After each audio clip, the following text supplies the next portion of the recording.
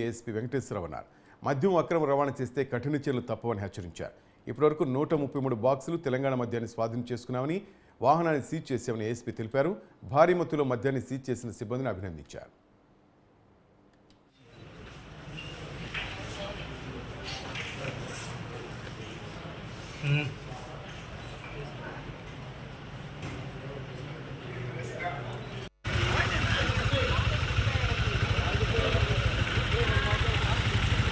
కూడాను నేరం చేస్తున్నాడు కాబట్టి మనకి ఇతని మీద కూడా నిఘా పెట్టి చూడడం జరిగింది.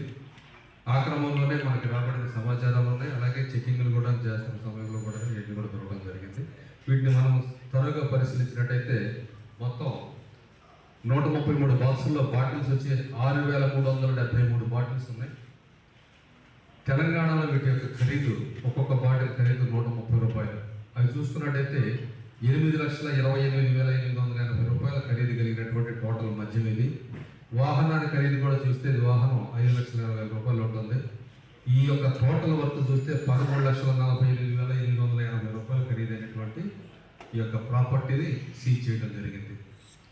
ఇందుకు గాను మరి ప్రతిపాటు సిబ్బంది ఎస్ఐ గారు మాధవి అలాగే వాళ్ళ యొక్క సిబ్బంది అందరూ కూడాను పై అధికారులు కూడా అభినందించడం జరిగింది. That's all for now. Keep watching news.